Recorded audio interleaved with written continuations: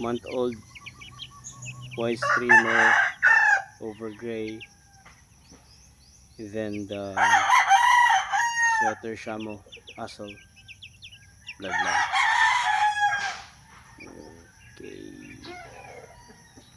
this brother sister Kelso sweater 3 months old,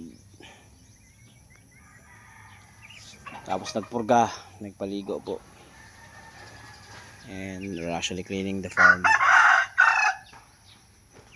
Nag-grass cut tayo, hindi pa tayo tapos kasi masyadong busy.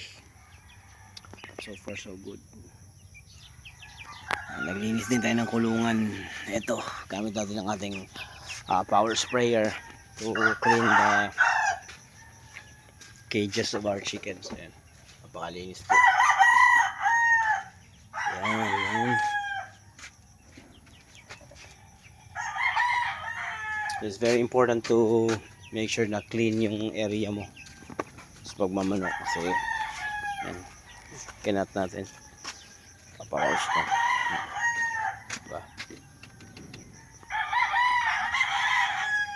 Para healthy, diba?